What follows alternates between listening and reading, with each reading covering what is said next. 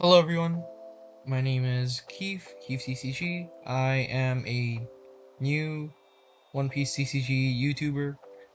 This will be my first ever video, and I'm making this by popular demand since I made a written Usopp guide, and now I am starting this channel to document my deck building process and playtesting process for the deck. I'm not a pro player.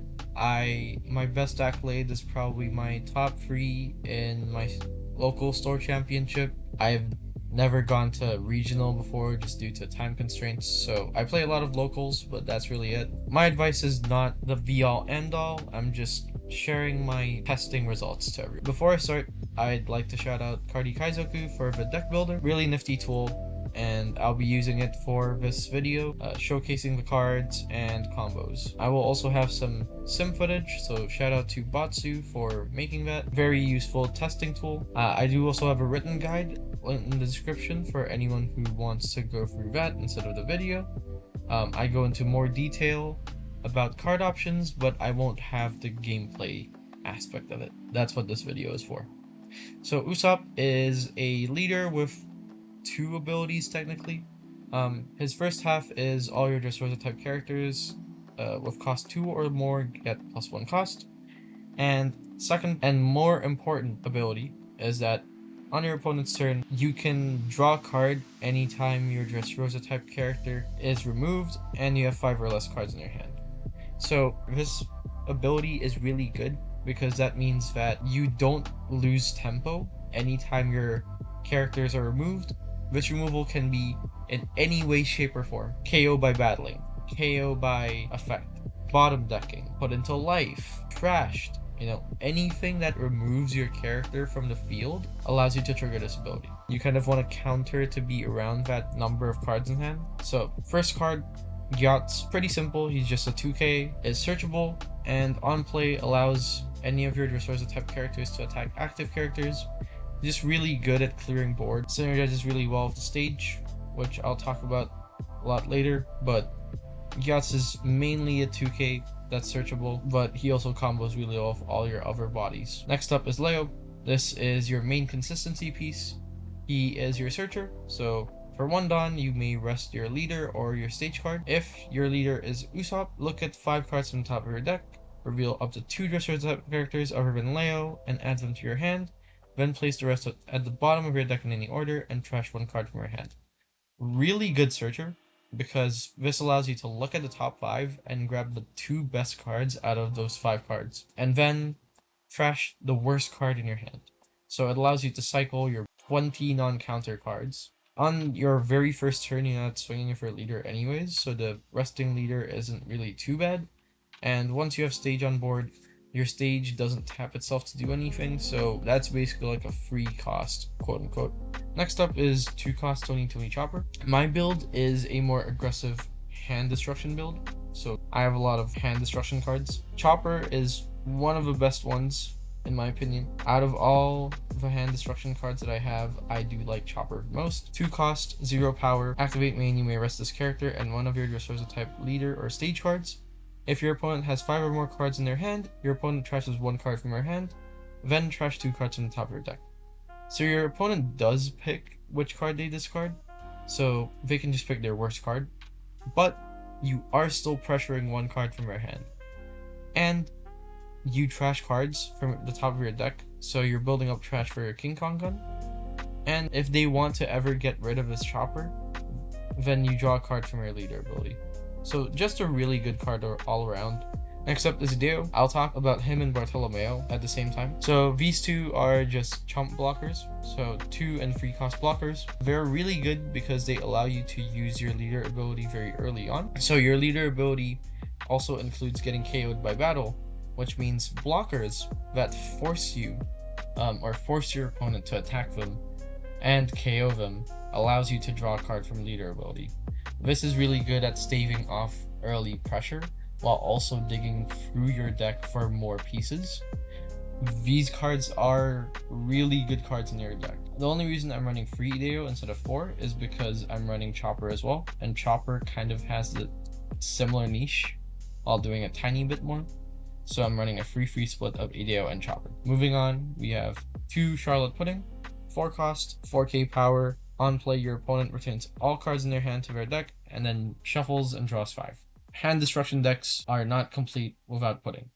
Pudding is just a really good blue card. Punishes your opponent for hoarding cards in their hand, and in the meta like now, with decks like blue-purple Luffy and green-purple Luffy that draw a lot and just keep a lot of cards in their hand to stay alive, you can punish them very easily using Pudding plus Chopper to reduce their hand into 4 cards in hand instead of 10 cards in hand.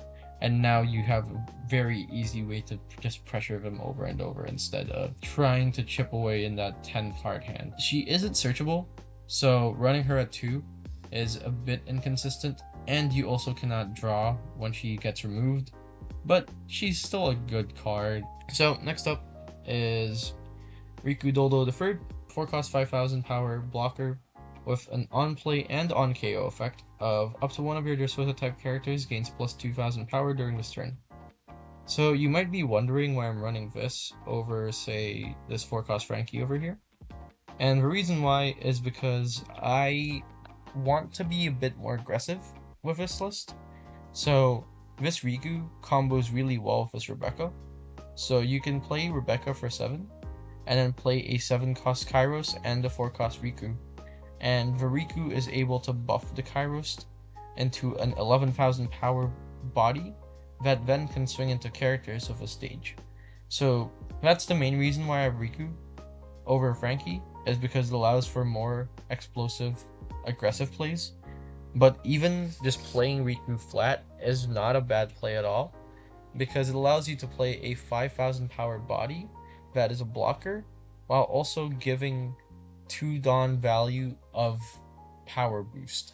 So he's essentially a 2 cost 5000 power blocker. Riku also has the on KO, which doesn't really come up super often. Blocking with Riku allows you to draw with later ability, and then he acts as a 2000 power counter for, let's say, Kairos if you comboed Rebecca, Kairos, Riku. And now if your opponent ever wants to get rid of Kairos, they have to gut through a 11,000 power body, which is very hard to do, even for the biggest decks. I think this is a pretty slept on card. If you want a more defensive list, play Frankie instead, but Riku works really well in this list. Running 2 Sabo. This slot can really be any Dressrosa 2K. So it's either Sabo, Musi, or one like Toy Soldier. I just felt that Sabo comes up more often for me compared to the other options. I know a lot of people run one like Toy Soldier instead, because it combos pretty well with Zoro. So Toy Soldier is a 2 Dawn Crash Fist character minus free cost to one of your opponent's characters. So for effects like this that KOs 4 cost, you can KO 7 cost instead. But in my opinion, Sabo just, when he comes up, he comes up. If you run into any removal deck, they have to remove the Sabo first before they remove anything else. A relevant matchup right now is Buggy, where Buggy wants to play their 10 cost Buggy and get rid of Kairos, usually, because Kairos is your biggest body. But Sabo protects Kairos, so they have to get through the Sabo first before they can use their 10 cost Buggy effect to bottom deck something. Yeah, again, it's really more of a flex spot. Most people run this. I just prefer Sabo. 5,000 power body as well on field, which is really good. Next up is 4 cost Cavendish. This is a 4 cost 6,000 power, so it has a vanilla stat line. It has a 1 attacking effect. Once per turn, draw 2 cards and trash 1 card from your hand. Very good card. Allows you to cycle for all of your pieces.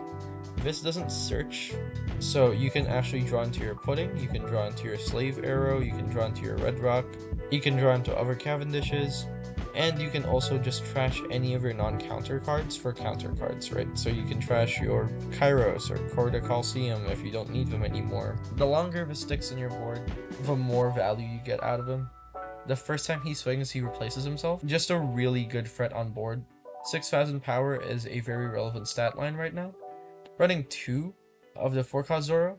I'm only running 2 because a lot of decks kind of shut off his ability nowadays. There's a lot of removal protection with the Crocodile and Mihawk and Buggy, for example, and a lot of decks right now are purple, so they don't really play a 4 cost, so you don't really have too many good targets for Zoro. What he does is for 4 Dawn, he's a 4th cost, 6,000 power. You may rest one of your Dressrosa type leader or sage cards, KO up to one of your opponent's characters of a cost of 4 or less, then trash 2 cards from the top of your deck. So, again, that 4 cost, there's just not too many targets for it. If you run Toy Soldier, then Toy Soldier plus Zoro KOs a 7 cost, which is a pretty relevant stat line, but that requires 6 Dawn, and that requires you to have both cards in your hand. The trashing part is good, and he is at worst still a vanilla stat line, so I still run him as a 2 of. He's really good into aggro matchups, for example. He's just not good into like the top meta decks right now, in my opinion, except for Betty. If you see a lot of Betty, bump him up. Next up, we have 6 cost Luffy. So I'm running this 6 cost Luffy over this 7 cost Luffy, but 6 cost Luffy is a 6 cost 7,000 power body with 1,000 counter. Once per turn, this character cannot be KO'd by your opponent's effect, and when attacking, you may place 3 cards from your trash at the bottom of your deck in any order. If your opponent has 5 or more cards in their hand, your opponent trashes 1 card from their hand. So this is a good pressure body because it swings for 7,000, which for most leaders is 2 cards out of hand to defend, but it also forces them to trash 1 card from their hand before they even counter. So you're ripping out 2 to 3 cards every time you swing, at least 1 if they just take the life or the character swing, and at worst he's a 1,000 counter in your hand, so he doesn't actually brick up your hand that much. Compared to this Luffy that's counterless, attacking active characters is good pressure, but him being counterless and being 7,000 for 7 cost is just really rough. That's why I prefer this Luffy right now. So you can combo this with Pudding. If you have this on the field, you can play Pudding and then swing with Luffy to make them discard 1 card and go to 4 cards. Overall, pretty good card, because it also combos with Rebecca. So 7 cost Rebecca, this is one of the 2 cards that you just build your entire deck around. So it's a 7 cost 4,000 power body with 1,000 counter. On play, if there is a character with cost of 8 or more, which she herself counts because Usopp buffs her for +1 cost, draw a card, then reveal up to 2 Dressrosa type characters with a cost of 7 or less, other than Rebecca, from your hand. Play up to 1 of the revealed cards and play the other card rested if it has a cost of 4 or less. So you can only play 1 card with more than 4 cost and 1 card with 4 cost or less, and the 4 cost or less has to be rested. So if you play out, like, let's say Kairos and Cavendish, the Kairos has to be active and the Cavendish has to be rested. So this is a really good card. This is your core card.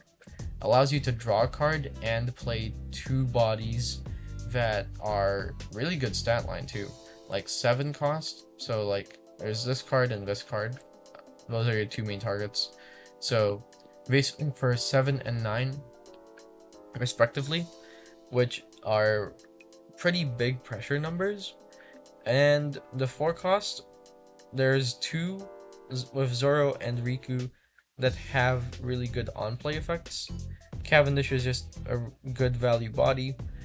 You can also play Leo, you can play Gyatz. So you can play Rebecca, Kairos, Gyatz, make Kairos able to attack active characters and bounce Gyatz back to your hand with Kairos effect. Something like that. Rebecca just has a lot of combo plays, and she's just a really good card. Also, the reason why I don't run this Rebecca, by the way, is because this 1 cost Rebecca is a good card to search and to fill your trash, but it doesn't grab this Rebecca, and this Rebecca cannot play it as the rested 4 cost or less. So just anti-synergy between these 2, and Rebecca's just really good. So I just choose this Rebecca over this Rebecca. However, some lists still run like 2 of. I might run 2 of this Rebecca for more consistency. 4 of this Kairos. 7 cost 9,000 power, so vanilla stat line.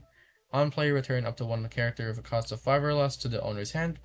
Combos really well with this Rebecca. So you just play Rebecca into Kairos, and now you've cheated out 2 bodies for 7 cost, and one of them is a vanilla stat line, right? The bounce comes up. There's a good amount of 5 cost bodies in this meta that you can bounce. If you can't, you can just bounce your own units. So Gyatz, Leo, Chopper, Pudding, all really good cards to bounce into your hand. you don't need the on play to be active. He's just a 9,000 power body is his main thing. With his stage, he can just immediately pressure bodies, and 9,000 power usually beats or meets any body that's being played, unless you're playing against 10 cost spam decks, which aren't super common right now. So I do kind of want additional copies of him at times, and so you can run this Hyridin if you want additional copies of Kairos. I think for now 4 Kairos is good enough for this list, but this Hyridin comes in clutch as well as additional 9,000 powered beaters. Moving on to events, we have 1 cost counter event, Slave Arrow. You may return one of your characters at the cost of 2 or more to the owner's hand, so it's more, so you can't bounce these 2. Up to one of your leader or character cards against plus 4,000 power during this turn, or battle, sorry, not turn. Turn would be busted. Trigger, draw 2 cards and place 2 cards from your hand at the bottom of your deck in any order. You're able to just bounce your Rebecca. That's your main target to bounce here is your Rebecca. You can play Rebecca into Kairos into Zoro, for example. Leave 1 Dawn up for Slave Arrow. Play Slave Arrow, counter out 4,000 power, which is really good because there's a lot of big swings this meta. Bounce your Rebecca back to hand and play Rebecca again the next turn to play another like Rebecca into Kairos into Zoro. If you don't have a good target, that's still fine because Rebecca still draws you a card and plays 2 bodies out. And so that's just really good synergy there, really good combo. I added Slave Arrow in because I kind of wanted a tiny bit more defense for the counter side. The trigger is also pretty good. You're able to just cycle through, dig 2 cards deeper into your deck for any piece that you need. We have Gum Gum King Kong Gun, which is a really good offensive card.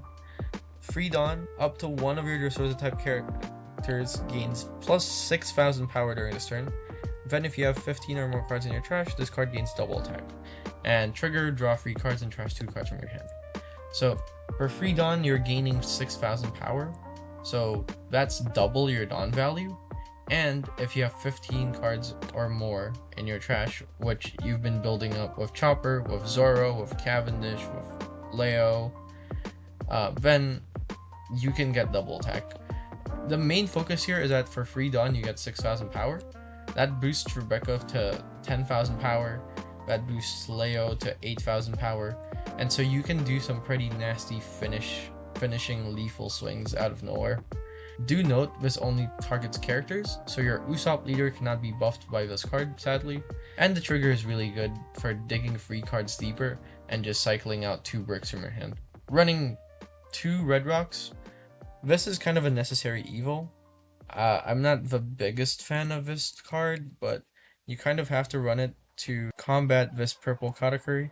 You can't kill him with combat, usually, because 8,000 power, and most decks that run Katakuri also run Gum Gum Giant. So they can defend 12,000 or lower swing into him very easily. And so you run Red Rock just so you can kill him hassle-free. And Red Rock does kind of take up your whole turn, but nowadays you have other plays like Pudding, like Chopper. Pudding and Chopper are just really good plays during your Red Rock turn because they still pressure your opponent while you Red Rock. So it doesn't feel as bad as it used to, where it's just like, oh, I'm just delaying the inevitable for 1 turn. Nowadays you can kind of mitigate the tempo loss by playing something else that gives you a tempo advantage. Finally, last but not least, we have Corda Coliseum, 1 cost stage card. If your leader has a Dressrosa type, your Dressrosa type characters can attack characters on the turn in which they are played.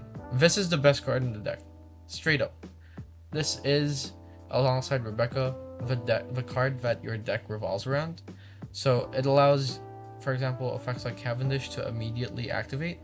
It allows effects like Zoro, like Leo, and Chopper, allows them to rest this stage instead of resting your leader and wasting their potential attack. And the effect itself is also really good, right? So being able to draw into this or not is how you win or lose games at times. And so you really want to play your Leos, your Ideos, your Bartolomeos very early on so you can see the stage and play it. Next up will be tips for combos and mulligans. Here's some tech options actually before I go. I'm not going to talk about them in detail, but I'm just going to show you some options. I talk a lot about them in the written guide, so if you are interested, check the description. Alright, so we are in the board state simulator here, and I'll just show off some combos. Just assume that this is like a 5-life leader. It doesn't really matter which leader specifically for this example. So you want to start first of Usopp because you want to go to your Rebecca turn as fast as possible. For mulligans, you usually want to see either Leo or Quarter Coliseum. Those are your two main things that you want to search for. Otherwise, you also want Ideo or Bartolomeo for an early chump blocker. Chopper is also a pretty good find early game, but honestly, no matter what, one of these two is your most important thing to find. If you do not have Leo or Corda Coliseum in your hand, it's usually a mulligan, unless you have cards that are really good into whatever matchup you're going into. So your ideal curve, let's say you're starting first. So 1 Dawn. If you have both Leo and Stage on in your hand, I would honestly play the Leo over the Stage, unless the next turn you wanted to play something that rested a Stage like Chopper. Usually you don't though going first, so you can play a Leo, tap your Usopp, look at top 5, grab something you want to play next turn. Usually Ideo is a really good play the next turn, because what you can do is on the next turn, on your free Dawn turn, you can play out your Stage for 1 Dawn, you can play your Ideo for 2 Dawn, and so now you have a chump blocker that activates your leader ability and your Stage is established, and you can swing into their leader. Usually they take the first hit if they are a 5-life leader, so let's say they do what they do. Usually they swing, right? So when they swing, you just block with Ideo immediately, and you get a card draw. So it allows you to just cycle through your deck very easily. On your 5 Dawn turn, you can then play out your Cavendish. Let's say that they on their first turn, they usually don't have things rested unless they have things that tap for effect. If they have something rested, you want to play your Cavendish and just swing into it immediately. Whether it be a tap searcher, let's say you're against Bonnie and they play a Bonnie searcher, you want to play out your Cavendish rather than swinging with your Leo, because Cavendish draws you a card. Or let's say they played out 2 bodies, or like a 4-cost body the last turn, you can instead play Zoro, tap your Stage, kill whatever they played the last turn. Unless it has KO protection, anything should just die. Another alternative play you could do is you can play Riku for 4. And this isn't ideal. I'd say this is like if you don't have Zoro or Cavendish plays, then you play Riku. But with Riku, you can buff this Leo by 2000, then attach this Dawn to Leo, and you're now swinging for 5000 power into leader or character. You can also pressure with this Riku if you want, and then you can swing with your leader. Riku to a character specifically. That's kind of a last resort play, I'd say. Other things you can do, 5 Dawn turn is flexible. You can play Chopper for 2 Dawn, tap him, and then go like 5 here and then 5 here, right? Yeah, it's pretty flexible. I'd say your best play is usually Cavendish, but you have a lot of other options. So let's assume that you played Cavendish and you swung with him. So let's say it's like a 6 there and a 6 here. Okay, your next turn is almost always Rebecca. Rebecca is usually your best play because she draws you a card and she allows you to play 2 bodies. So even if you don't have Kairos specifically, you can still play like Cavendish and Zoro or Riku Zoro or something like that. Your best play is usually Kairos and Zoro. Zoro comes out rested. You can rest your stage, kill something here, bounce something to your opponent's hand, and then swing with his Kairos to something in their character field. Rebecca can take out any chump bodies, so any tap searchers. Another nifty trick though, because Zoro isn't as good as, again, if you play Riku. So Riku comes in rested, but his on-play takes effect, so you can increase this Kairos by 2k and swing 11k into something. So, I don't know, let's say that there's a rusted Cavendish here. So, using Kairos to Cavendish, and that's like an 11k swing, and so it's pretty hard to deal with that. If you don't need 11k on Kairos, you can instead do a 6-9 swing. So you can swing for 6 here and 9 here. So Riku is a pretty powerful play. I'd say it's your best play out of Rebecca with the Kairos play. If there's nothing else to bounce on your opponent's character field, you can instead bounce this Leo back to hand. Or you could also do one of my favorite nifty tricks is Rebecca into Kairos and Gyatz. And you can then activate Gyatz's ability, allow Kairos to attack active characters, and then use Kairos' ability to bounce Gyatz back to your hand. So you don't lose the 2k value, but you also gain the attacking active characters value. So those are some pretty nifty combos, but let's say you played this. Let's say this is what you played, and you swung with these two, swung with leader, and you go on to your next turn, assuming nothing dies. On your 9 Dawn turn, it's pretty much free-flowing. There's not really a best play here. If you have a board, then you're winning. If you don't, then you want to catch up. You want to play Rebecca again into Kairos and Riku again, or whatever you have in your hand. There's a good amount of combos. You can also play, let's say, Red Rock. Let's say you want to Red Rock something. So you play it, and then you have 3 more Dawn. So with 3 Dawn, you could play like Chopper out, and this stage is untapped. So you just tap stage, and then you swing, and then you leave 1 Dawn up to then play Slave Arrow, bounce back Rebecca, or bounce back Chopper to your hand, and get that additional value. So, and then on your 10 Dawn turn, again, it's pretty free-flowing. Second curve is basically just that, but slower. I'm not gonna really go over the second curve, because essentially what you do is very similar. The combos are pretty similar as well, but again, just 1 turn slower because you need to wait that 1 extra turn to play out Rebecca, Kairos, Riku, or Rebecca, Kairos, Zoro. So those are some basic combos of Usopp. This deck needs a lot of practice, so I can't really tell you all the combos in this video. I'll now show some gameplay with some commentary, just so you can see the deck in action. Okay, so here we have Usopp versus Black Purple Luffy. So this I decided to keep because 2 stages is a bit bricky, but I'd rather have more stage than less stage. Here I decide to play, we're going second, I decided to play Ideo because Ideo allows me to draw 1 more card. I think this is a misplay looking back. I think since I have the Zoro in hand, I should have played the stage instead. And so the next turn I could have played Zoro to kill this Robin. I'm fine with the play because they played the Robin. Free stage sucks. Yeah, this is a pretty bricky hand. Here I swing 5 and I want to play the Bartholomew here. But if they played the Zoro, the free cost Zoro, that's a 5k body instead of the Robin here, then I would have felt really punished for it.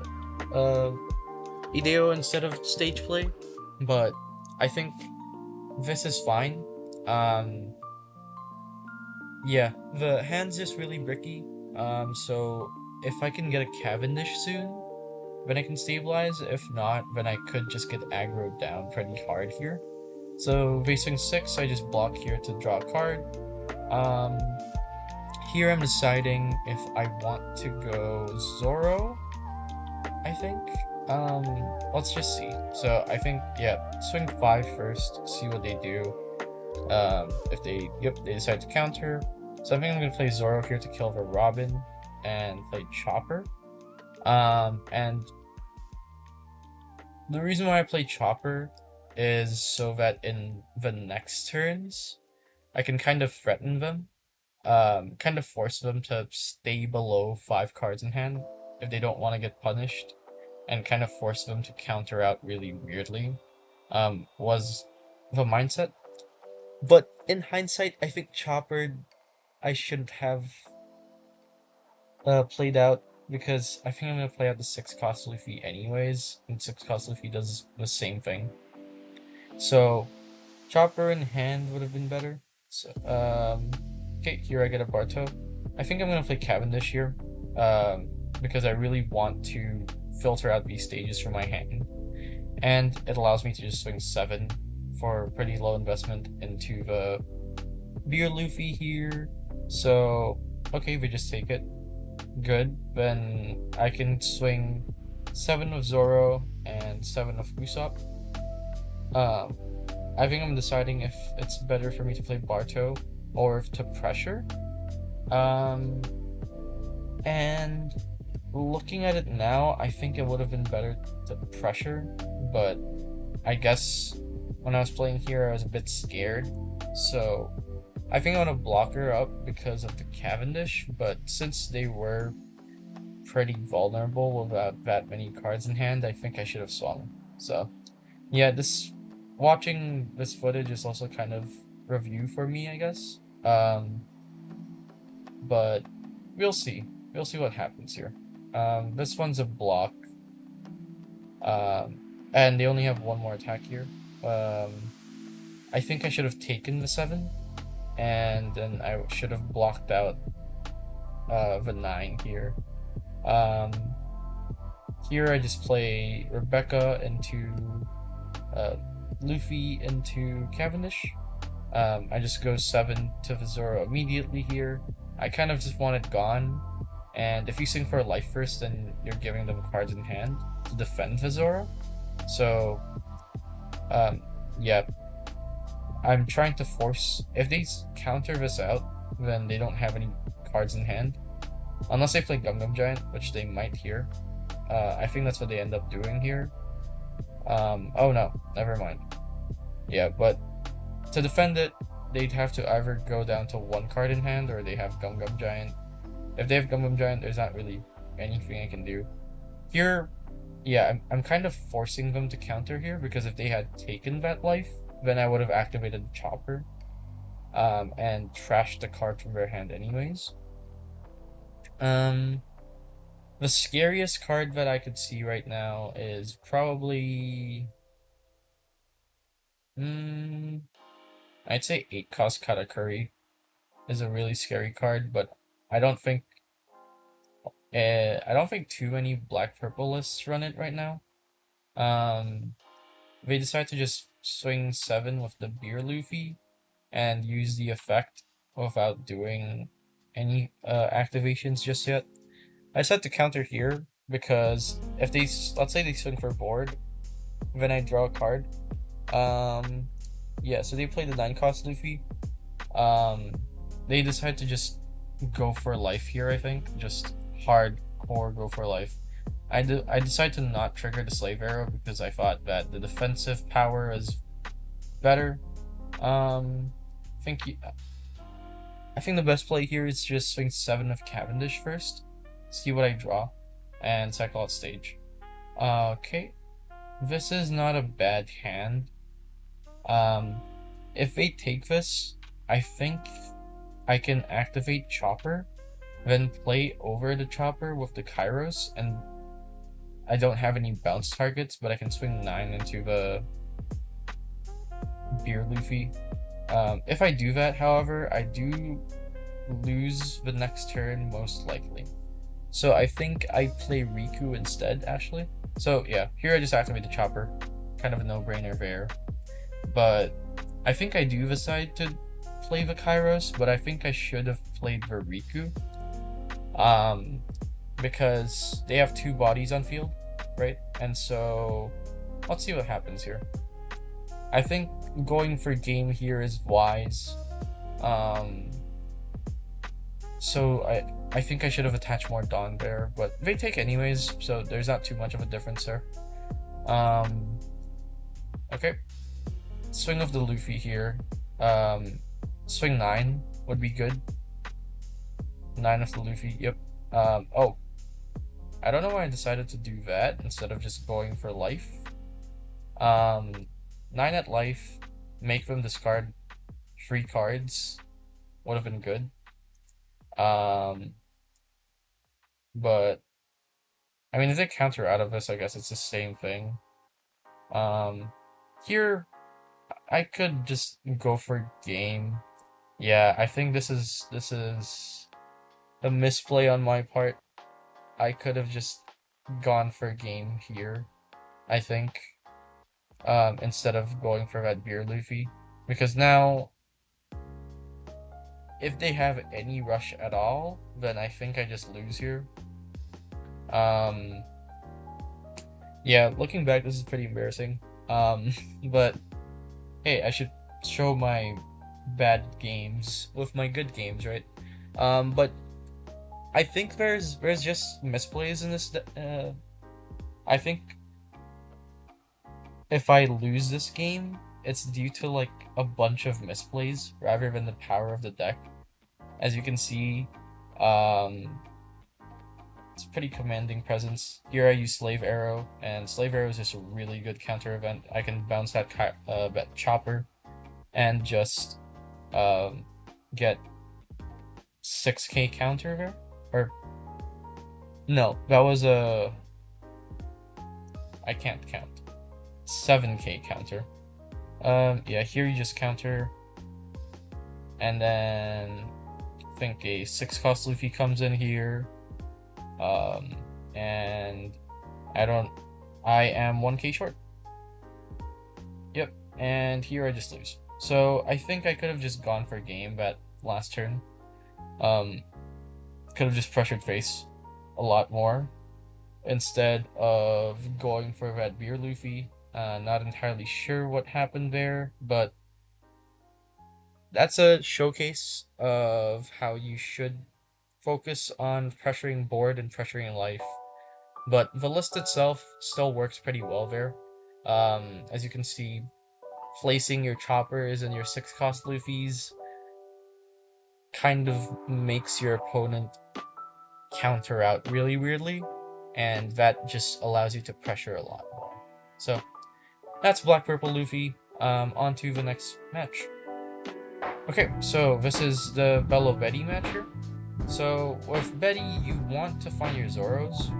So yeah, I mull there because I didn't find Zoro or Stage, and Zoro is your win con. Stage is also your win con, so seeing Stage here is really nice. Since we're going second, I think I took second here. Yeah, so I chose to go second here because Betty's ideal curve is second, and their first curve is a lot weaker than their second curve. So here I can just play Stage and Leo, right?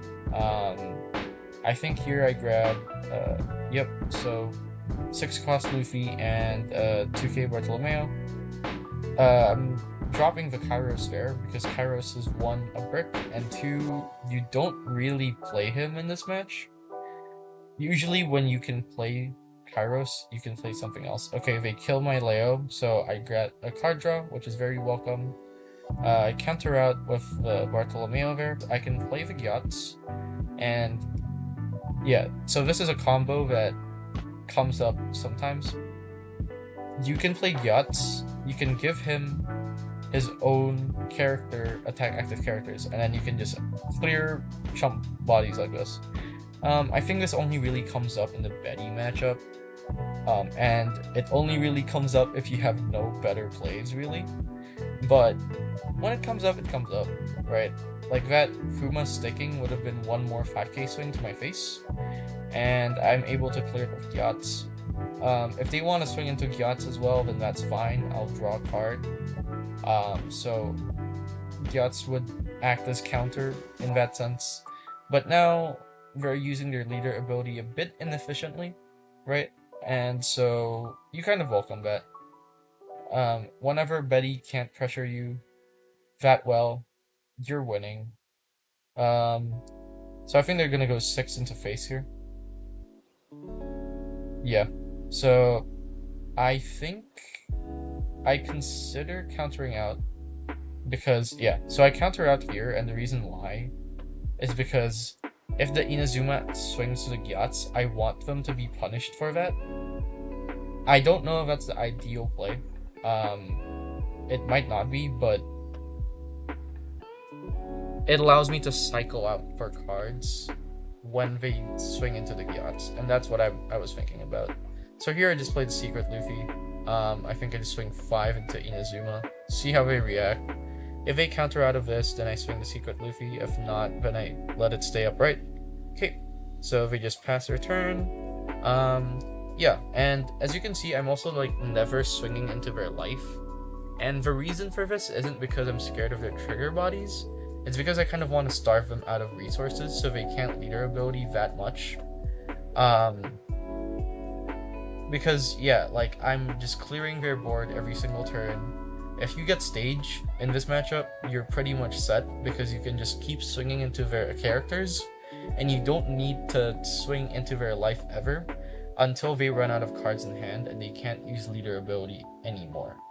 So here I don't think they use leader ability. I think they just swing 8-8 manually. Right?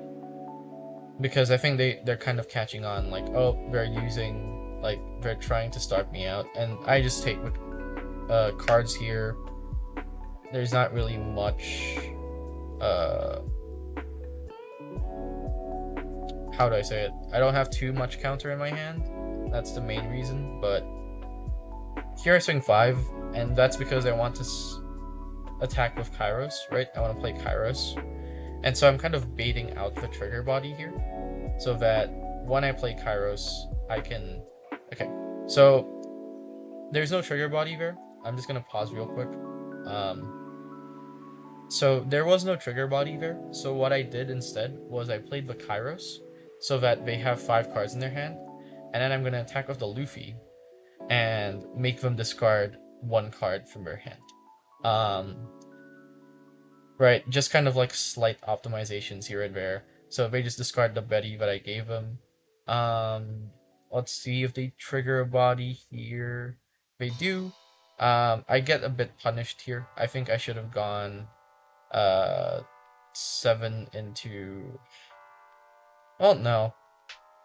I mean, I do get a slightly punished. I think I should have gone 9 into Ivankov first before swinging the Luffy, because let's say they counter that. They counter the 3 cards anyways, so the 1 card Handrip isn't really super valuable, right? So yeah, that was a slight misplay.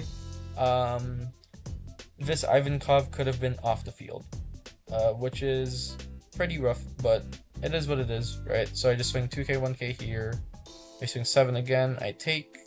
I think they're gonna swing 8 here. I think I'm gonna use Slave Arrow if they swing 8, because I don't want to go to 0. Right, so yeah, I'm gonna use Slave Arrow. I'm gonna bounce the Luffy, and the reason why I bounce the Luffy and not the Kairos is because the Luffy has counter. How many cards do I have in my trash? I don't think I checked here. Oh, hold up. I think that was an 8. I think I saw an 8 there. So, instead of going for a game with King Kong Gun or anything of the sort, I think I just play Kairos, just bounce the Lindbergh there. Play Yachts so that Kairos can attack active characters. And then swing into the Kumo.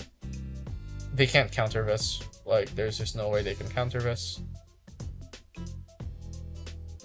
Yeah, and then I just swing 5 here. I force them to either have 2k or to have another 1k. And I play Ideo.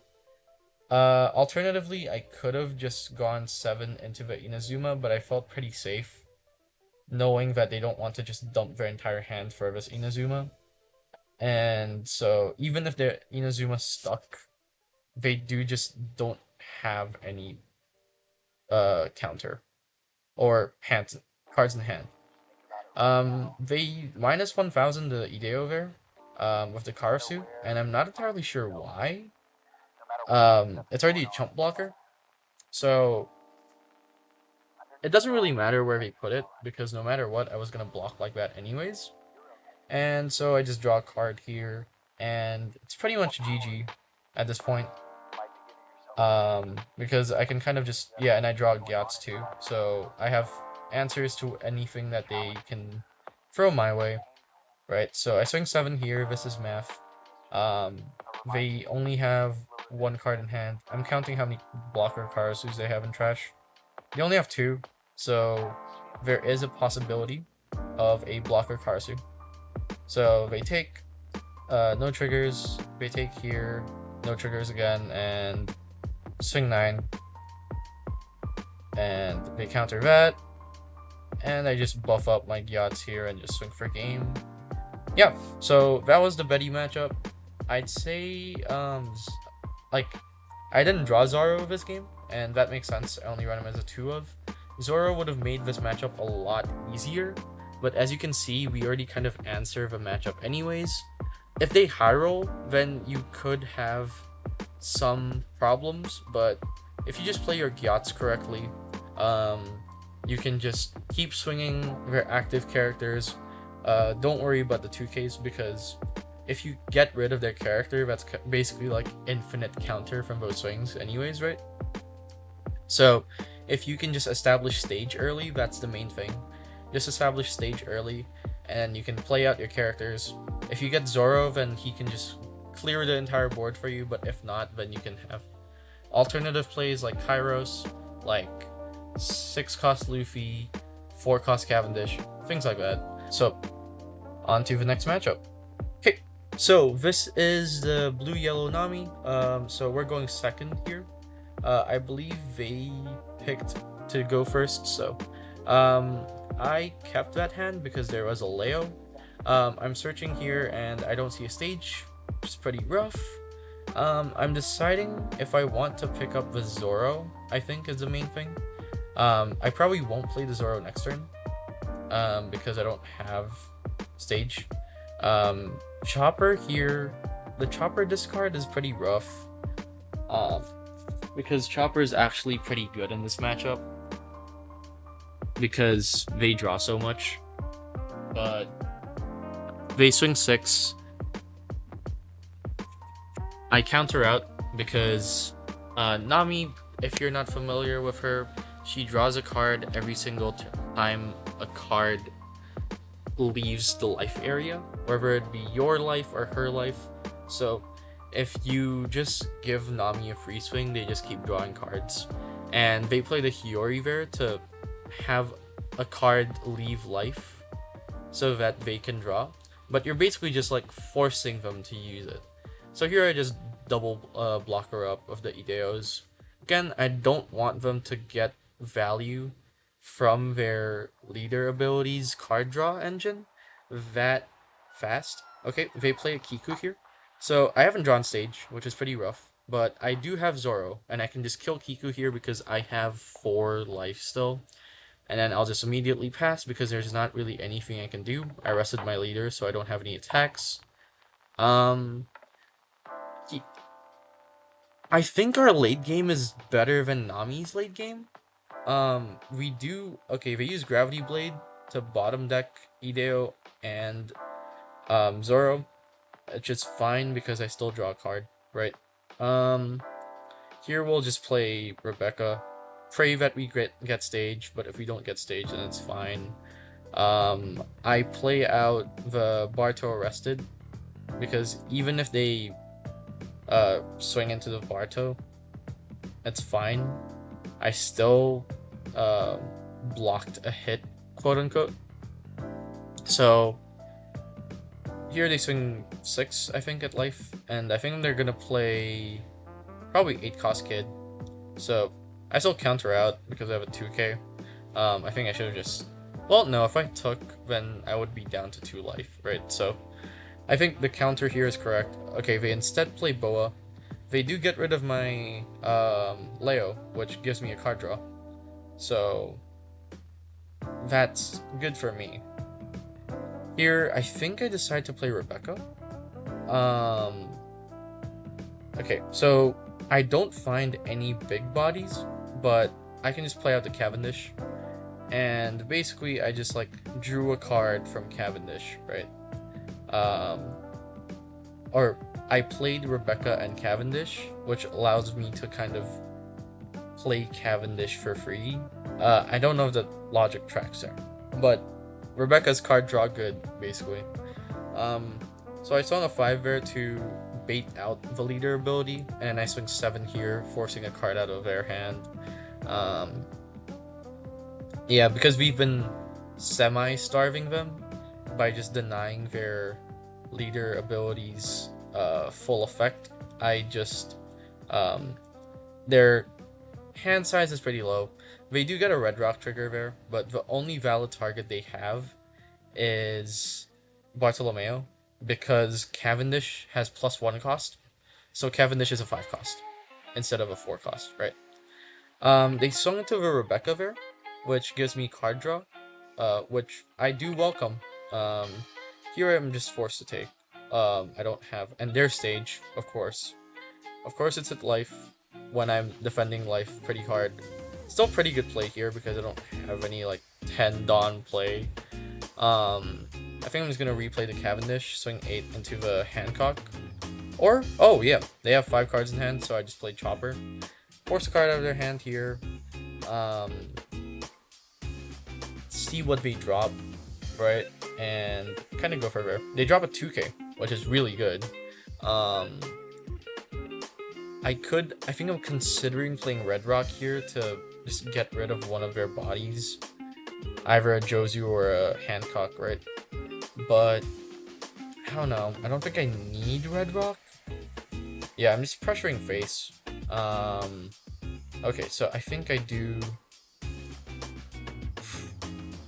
Yeah, I'm not sure. So if I cav here, and I swing 8, right? Yeah, I cycle out. They're probably gonna block this or counter this, right? Like Boa isn't going to leave the field, and I do use. Oh, okay, yeah, they block. Blocking is good. We wanted them to use a blocker, but basically, if we used Red Rock, sure, the Boa is gonna be gone, but we also don't cycle out. Here, I think I just want to. Do I Slave Arrow here? I think I decided to Slave Arrow. Oh no, I just let it go. Okay, yeah. I just remember Slave Arrowing. I don't think it's the right move, but okay, this is definitely a Slave Arrow. Right. Yeah, so I Slave Arrow, bounce to Rebecca, and I 2k on top of the Slave Arrow. And now, if you've noticed, okay, this one I take, I just draw. But I had a Kairos in hand, and I was going to play the Kairos anyways, but because of Slave Arrow, I was able to bounce to Rebecca. So now I have a Rebecca Kairos Riku play. And here, I'll show you how powerful Riku can be.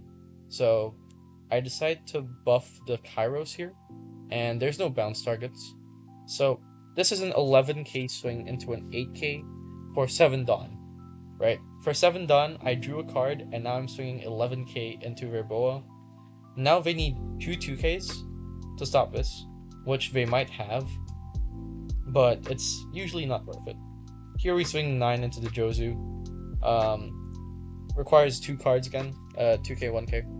And if they do counter out, I think I'm swinging 7. Right? I don't think I'm swinging 8 because I want to leave 1 up for Slave Arrow. Or I could also just King Kong Gun. Okay. I think I just swing 8. Force them to have another 2k, which they do. I think I should have just gone 7 because I know their deck plays a lot of 2ks, so. Here they're going to attack Riku, which is fine. I think if I counter out here, it's kind of to bait the Jozu swing. So let's see if Jozu wants to clear Riku. Okay, they use Kid effect to draw a card. They take it, or they swing into Riku with Jozu, and we get the card draw, and we get like the 2k counter. Here we just go for game. Right, so King Kong Gun. Rebecca needs to land, so I don't know if they run any counter events. I'm kind of playing around them having a counter event here, which is why I swung 12, because they can go 7k and then like 11k if they had a counter event. And here I just swing 9s, right? So if they have the counter, then okay, they have Blaze Slice. They don't have any valid targets to rest. So yeah, and I just swing 9 again, and it's GG. Right? If they countered out of this 9k swing, then I had another 10k swing lined up. But yeah, with with Nami, you kind of just like semi-starve them, because you can just play out so many blockers early game that they just can't draw off of their leader ability. And that's kind of how you win against them. They do still have like 8 cost Captain Kid and 6 cost Robin and some lists. I think they're starting to cut it. But you just want to force them to use their 2Ks to draw out of their own life to draw. But also don't over counter. I think there were some misplays here and there during this footage as well. On to the next match. Okay, so we have Usopp versus Koby here.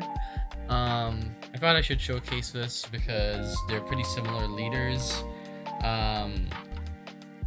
Koby has a very similar ability to Usopp, or pretty similar niche, I'd say. It has the stage, the Corda Coliseum stage ability, just innately on their leader, so they don't have to rely on draws. Here I swing 6. They just take, because Ripper is not a blocker yet, and I mean I think they just want to take here. And then I play Ideo. Here I just block with Ideo, right? Once they start playing their characters, a lot of their characters can attack active characters anyways. So there's not much of a... Like, yeah, see that Borsalino allows very Navy characters to attack active characters. So there's not really a reason to keep the Ideo there. Here I play Cavendish, I think. Or maybe I play Riku. I think I play Riku, yeah. So the reason why I play a Riku over the Cavendish here is because they have the Borsalino on board. And so if I play the Cavendish, then they can just play like Hibari and then tap the Borsalino, attack with Hibari into Cavendish, and then I just lose the Cavendish. Or they could Helmeppo Koby like this, right? Yeah. So if we're gonna play Helmeppo into Koby, I'm just gonna take this. And then I will draw a card. I don't really mind playing Riku just for him to die like that, because I do still get the card draw, and it's not like I really need Riku. Here I decide to take because I don't have any 2Ks. It's pretty rough. I think about using the trigger in that Slave Arrow, but I decide not to. Here you can just play Rebecca, Kairos, Cavendish. Kairos can just bounce their Borsalino. It doesn't really matter, because no matter what, they're gonna return cards from trash. I'm not gonna swing face because they were a 6k there. Yeah, there wasn't anywhere I can swing, so I just leave it be. Here they might play Hibari. I do have a tapped Cavendish, so if they can play any sword character, then it has a valid target in that Cavendish. Let's see what they have. They get an 8 cost Koby. Okay. So if they have another Helmeppo, this is where you would play Helmeppo. I think they're gonna trash the Peacock. Yeah, they're gonna trash the Kujaku. Swing 8 there. I think I take this, right? I don't get the card draw, which is rough, because we haven't been able to counter out that well this whole game.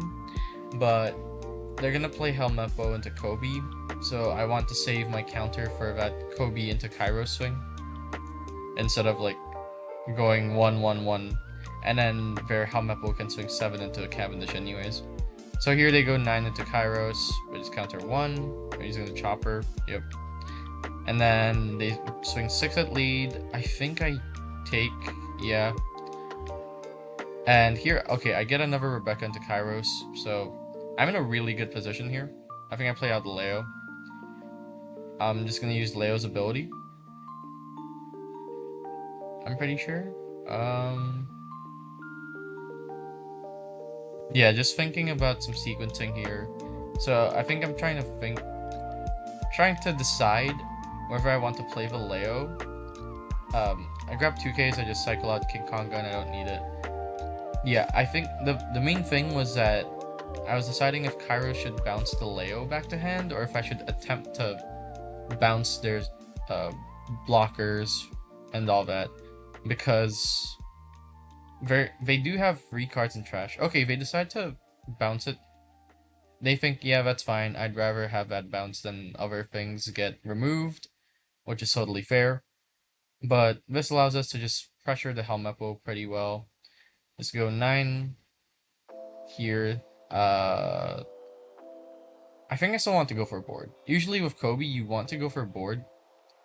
They kind of live and die with their board here. If they can build their board pretty well, that's kind of their win con. But yeah, so I swing 6 at lead here instead of 7 to Helmeppo because I want to save one Dawn for Slave Arrow. In case they decide to go really big, if they have like a Hibari into something swing, I don't know, like if they have another Helmeppo into Koby, if they have just a raw Koby, just any like big swing that they're able to do. Any like aggro, yeah, like another Helmeppo into Helmeppo into Hibari here. Alright, so what I can do here is I can bounce the Kairos himself, or I can bounce Rebecca to defend the Kairos. I think I just 1k here. 1k with the chopper, yep.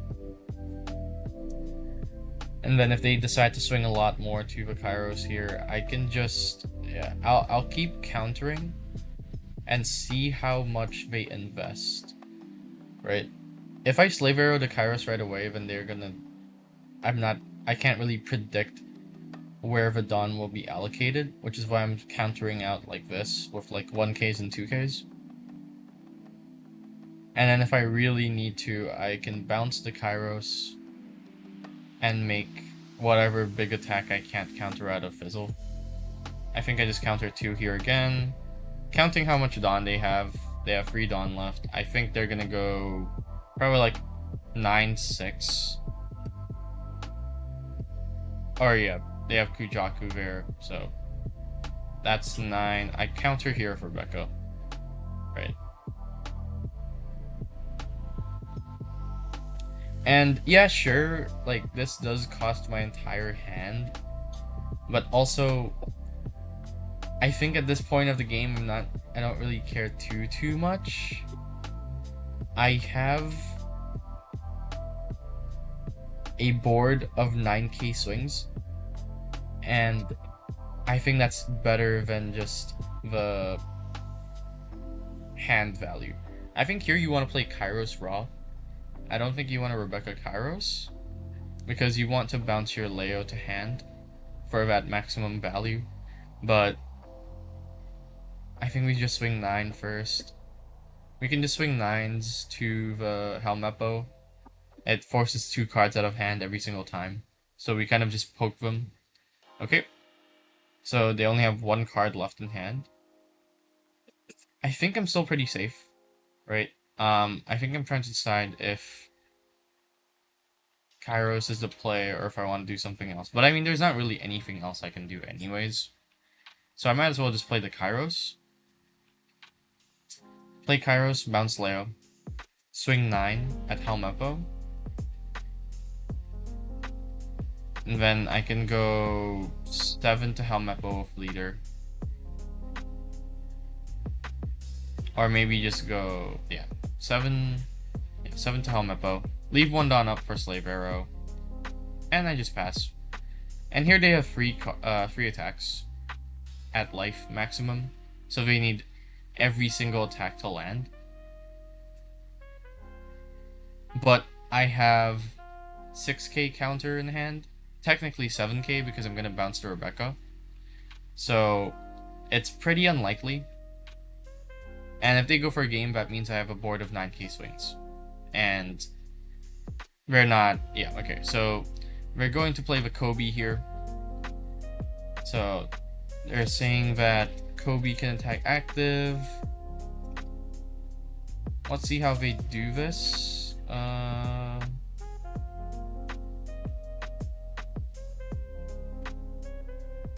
If this is a 10, okay, this is a 9, so you just counter 1. Yeah, with the Leo that we bounce with Kairos. And that's why I think raw Kairos is better, because it gives us more counter power. Even if we don't play the Leo back out right away, or anything of the sort, the Leo is still extra counter power. Here we just counter 1 with the Rebecca.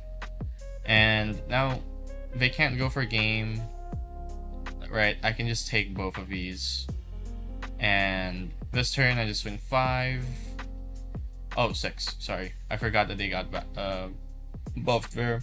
6, 9, and then GG. Yeah, so it didn't matter how much counter that they had in their hand there. They would not be able to counter out of that. With Koby, we are able to outvalue them because we can just battle for board the entire game. And Koby also kind of wants to battle for board, but our bodies draw cards while theirs don't. So they just run out of cards while we have a pretty healthy supply of cards in our hand. Of course, I think I high rolled a tiny bit here. I saw all of my Kairoses and I was able to Rebecca combo twice, but I think it's pretty consistent because their boards are usually just full of Helmeppos anyway. Alright, that's everything for this video. I hope you guys found that helpful. If you want to discuss more, I linked the invite to the Usopp channel in the OPTCG Discord. I am pretty active there. Otherwise, there's a written guide, and if you comment, I'll probably see it and I'll reply. So have a good one, everyone. I hope you have good luck in your testing, and let me know if you have any improvements to the deck. See you guys next time.